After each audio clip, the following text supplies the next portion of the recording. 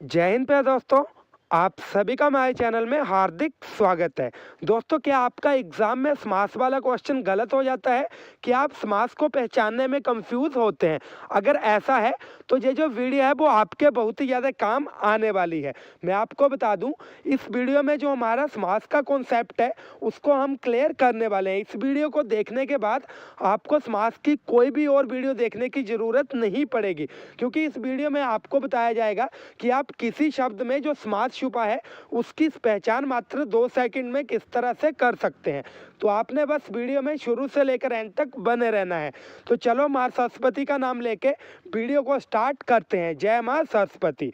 तो सबसे पहले दोस्तों, जो हमारा पहला कॉन्सेप्ट है वो रहेगा समास का अर्थ। मैं आपको बता दूं, दो या दो से अधिक सार्थक शब्दों के मेल से बने नए शब्द को समास कहा जाता है। अब देखिए दोस्तों, जो हमारे सार्थक शब्द रहते हैं जिनका कि एक अर्थ हो, जब दो या दो से अधिक शब्द मिल जाते हैं तो जो हमारा नया शब्द बनता है उसको कि हम कहते हैं समास। अब देखिए दोस्तों, यहाँ पे हमने जो समास का अर्थ है उसको तो समझ लिया।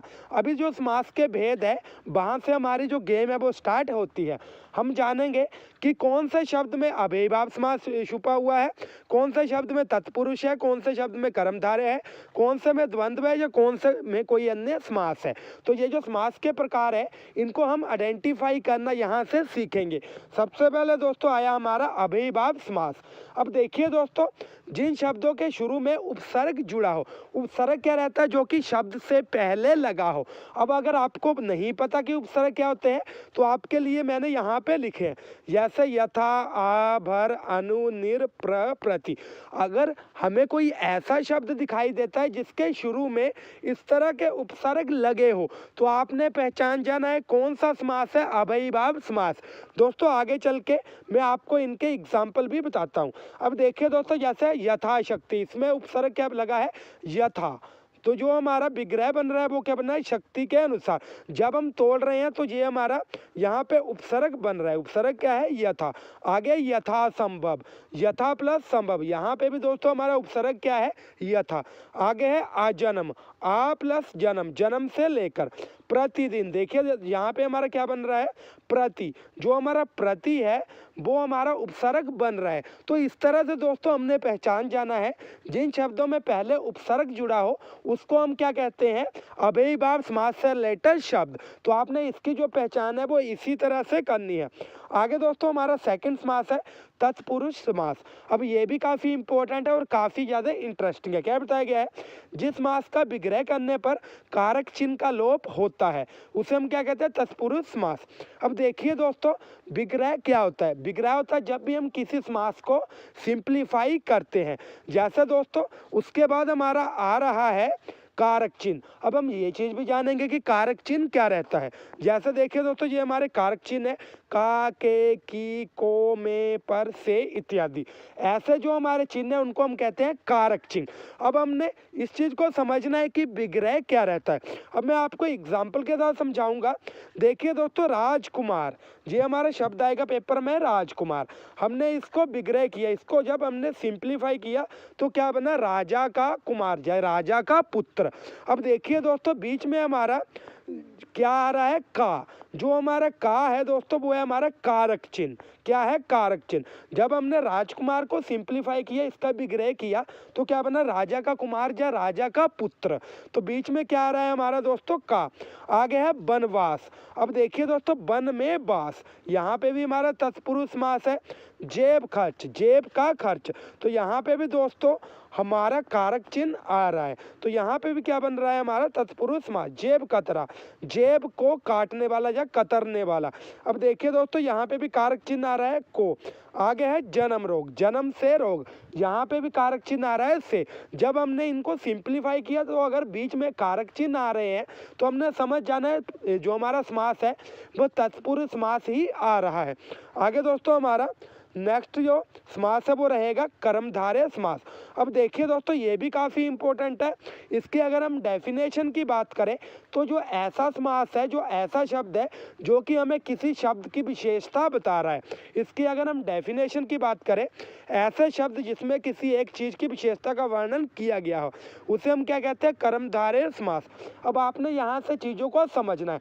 विशेषता, वो जो विशेषता है वो गुण भी हो सकता है, अवगुण भी हो सकता है।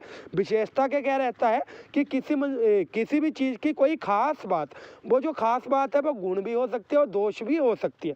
अब देखिए दोस्तों, यहाँ पे हम एग्जाम्पल की तरफ बढ़ते हैं तो क्या लिखा गया है, चरण कमल, क्या है, कमल के समान चरण। अब देखिए दोस्तों, जो हमारे चरण है उनकी क्या विशेषता है कि वो कमल के जैसे हैं। क्या आ रहा है यहाँ पे हमारा कर्मधारय समास, चंद्रमुखी। यहाँ पे मुख की विशेषता दी गई है कि चंद्र के समान मुख, यहाँ पे भी विशेषता आ रही है, क्या बन रहा है, कर्मधारय। नील कमल, नीला है जो कमल, कमल की क्या विशेषता है कि वह नीला है। महाराजा, महान है जो राजा, राजा की क्या विशेषता है कि वो महान है। नील गाय, नीली है जो गाय, गाय की क्या विशेषता है कि वो नीली है। इस तरह से यहाँ पे भी हमें किसी शब्द की विशेषता का पता लगे, हमने समझ जाना है समास कौन सा हमारा बन रहा है, कर्मधारय समास। आगे दोस्तों हमारा है बहुब्रीहि समास। अब देखिए दोस्तों, यहाँ पे हमने चीज़ों को समझना है, काफ़ी इंटरेस्टिंग है, काफ़ी इजी और इम्पोर्टेंट है। बहुब्रीहि समास, ऐसा समास जिसमें शब्द किसी निश्चित शब्द का पर्यायवाची हो और यहाँ पर भी हमें देवी देवता या राक्षस का नाम नजर आए, वो हमारा कौन सा समास रहता है, बहुब्रीहि। यहाँ पे दो चीज़ें हैं। पहली चीज़ ये है कि यहाँ पे किसी भी चीज़ के, किसी भी शब्द के पर्यायवाची दिए गए होते हैं। दूसरी बात क्या है, यहाँ पे ही हमें किसी भी देवी या देवता का नाम दिखाई दे, हमने समझ जाना है कि जो हमारा समास है वो बहुब्रीहि है। चलो इसके भी एग्जाम्पल्स को देखते हैं। जैसे देखिए दोस्तों, नीलकंठ, नील है कंठ जिसका। अब ये जो नीलकंठ है वो किसका पर्यायवाची है, भगवान शिव शंकर का। अब देखिए दोस्तों, यहाँ पे क्या है, शिव। आगे है लंबोदर, लंबा है उदर जिसका। अब लंबोदर बताया गया, आप सभी को पता है लंबोदर किसका पर्यायवाची है दोस्तों, गणेश का। आगे है दशानन, दश है आनंद जिसके, मीन दश है सिर जिसके। तो यहाँ पे भी क्या आएगा, रावण। अब देखिए दोस्तों, दो तरह की यहाँ पे ट्रिक बन रहे हैं। फर्स्ट ऑफ ऑल, यहाँ पे जो शब्द है वो एक दूसरे के पर्यायवाची है। दूसरा, आपने अगर कुछ भी याद नहीं रखना तो आपने इस चीज को याद रखना है, यहाँ पे भी हमें देवी देवताओं या राक्षसों के नाम दिखाई दे, वहां पे हमने समझ जाना है हमारा जो समास है वो बहुब्रीहि ही बन रहा है। तो उम्मीद है आपको ये जो कॉन्सेप्ट है वो समझ आ गया होगा। आगे दोस्तों हमारा है द्विगु समास और यहाँ पे हम कवर करेंगे द्वंद्व समास। जिस समास का पहला पद संख्यावाचक हो उसे हम क्या कहते हैं, द्विगु समास। यहाँ पे भी हमें पहले पद में संख्या दिखाई दे, जैसे चौरस्ता, चार रस्तों का समूह चौरस्ता। दोपहर, दो पहरों का समूह दोपहर। आगे है चार पहर, चार पहरों का समूह। आगे है तिरंगा, तीन रंगों का समूह। यहाँ पे भी हमें संख्यावाचक शब्द दिए गए हों, समझ जाना है अपने द्विगु समास लगा हुआ है। आगे दोस्तों द्वंद्व समास। अब यहाँ पे जो द्वंद्व समास है इसकी हमने पहचान कैसे करनी है, इसमें कौन सा चिन्ह लगा होता है, योजक चिन्ह। ठीक है दोस्तों, इसमें योजक चिन्ह लगा हुआ होता है। योजक चिन्ह हमारा इस तरह से रहता है, जैसे दिन रात। जब हम इसका विग्रह करते हैं या तो वो और आता है या तो वो एवं आता है। अब देखिए दोस्तों, जैसे मैंने बोला दिन रात, दिन और रात, मैं बोलूँगा सुख दुख, सुख और दुख। इस तरह के जो शब्द रहते हैं उसमें दोस्तों कौन सा हमारा समास शामिल रहता है, द्वंद्व समास। तो आपने चीज़ों को समझना है। अब देखिए दोस्तों, यहाँ पे हमारे पास कुछ एक क्वेश्चंस है जिनको कि हम डिस्कस करेंगे।